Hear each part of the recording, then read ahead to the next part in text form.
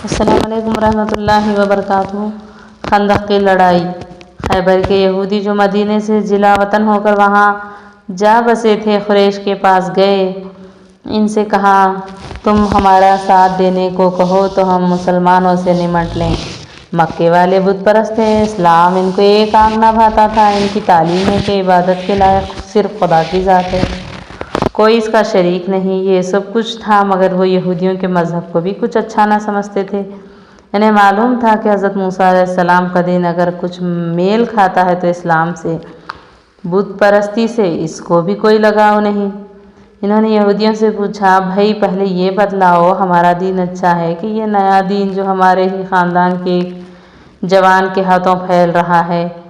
یہاں کیا تھا؟ یہودی تو سچ نہ بولنے کی قسم کھا چکے تھے۔ فوراً بولے، تمہارا دین تمہارے دین کا اس نئے مذہب سے کیا مقابلہ؟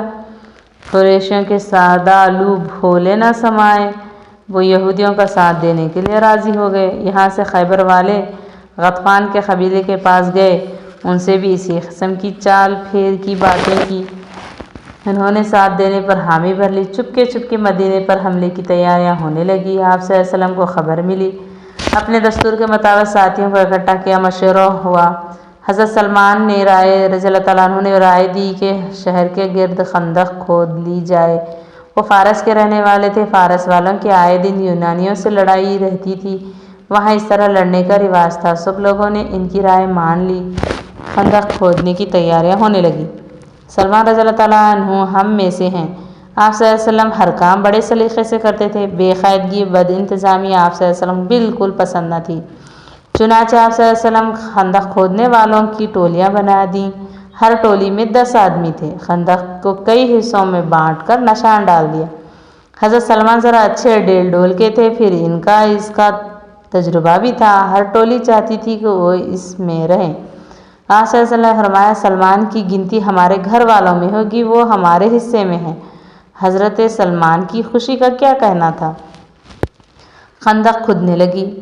ہر ٹولی پورے جوش سے اپنے کام میں مصروف تھی۔ کوئی مٹی کھودتا، کوئی اس کو باہر پھینکتا۔ بھاری پتھر اٹھا کر خندق سے باہر اکٹھا کیے جاتے، ان کو سلیقے سے ایک طرف رکھ دیا جاتا۔ پیارے رسول بھی ایک ٹولی کے ساتھ اپنے حصے کا کام کر رہے تھے۔ اونچ نیچ، چھوٹے بڑے، حاکم محکوم کا فرق نہ تھا۔ اللہ کے دین کی حفاظت میں ان کے نیک بندے اور اس کا آخری پیغمبر بھوک پیاس بھولے ہوئے تھے۔ تکلیف مشقت کی پرواہ نہ تھی۔ کتنے تھے جن کے منہ میں گزشتہ 3-4 دن سے ایک کھیل اڑ کر نہ گئی تھی۔ خود آپ صلی اللہ علیہ وسلم کے پیٹ پر 2 پتھر بندھے تھے۔ یہ حال تھا، پھر بھی کوئی دیکھتا تو کہتا ان لوگوں سے زیادہ مطمئن شاید ہی دنیا میں کوئی ہو۔ ان کے چہروں پر خوشی تھی، اطمینان و وقار تھا۔ خوشی اس بات کی اللہ نے ان کو اپنے دین کی خدمت کی توفیق بخشی، اطمینان اس چیز کا کہ ان کا وقت ایک نیک کام میں صرف ہو رہا ہے، وقار اس وجہ سے کہ وہ اپنے وطن ہی نہیں ساری دنیا کے باطل پرستوں سے جو لڑائی لڑ رہے تھے، اس میں ان کی وہ جگہ تھی جو بلند ہمت، عالی حوصلہ انسانوں کی ہوا کرتی ہے۔ ان کے پائے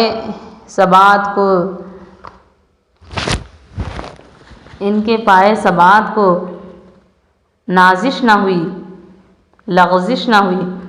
یہودیوں کے ساتھ جن اور قبیلوں سے معاہدہ ہوا تھا، ان میں سے 2 یہ کہہ کر الگ ہو گئے کہ ہم لوگ مدینے کے باہر رہتے ہیں، ہمارے مکانات کھلے میدان میں اور غیر محفوظ ہیں۔ منافقوں نے بڑی کوشش کی، مسلمانوں کو بہت ہلایا جلایا، بہت وسوسے دلائے، مگر جنہیں اللہ پر بھروسہ ہو ان کو وسوسے کب ستا سکتے ہیں۔ ان کے پائے ثبات کو فرق نہ ہوا۔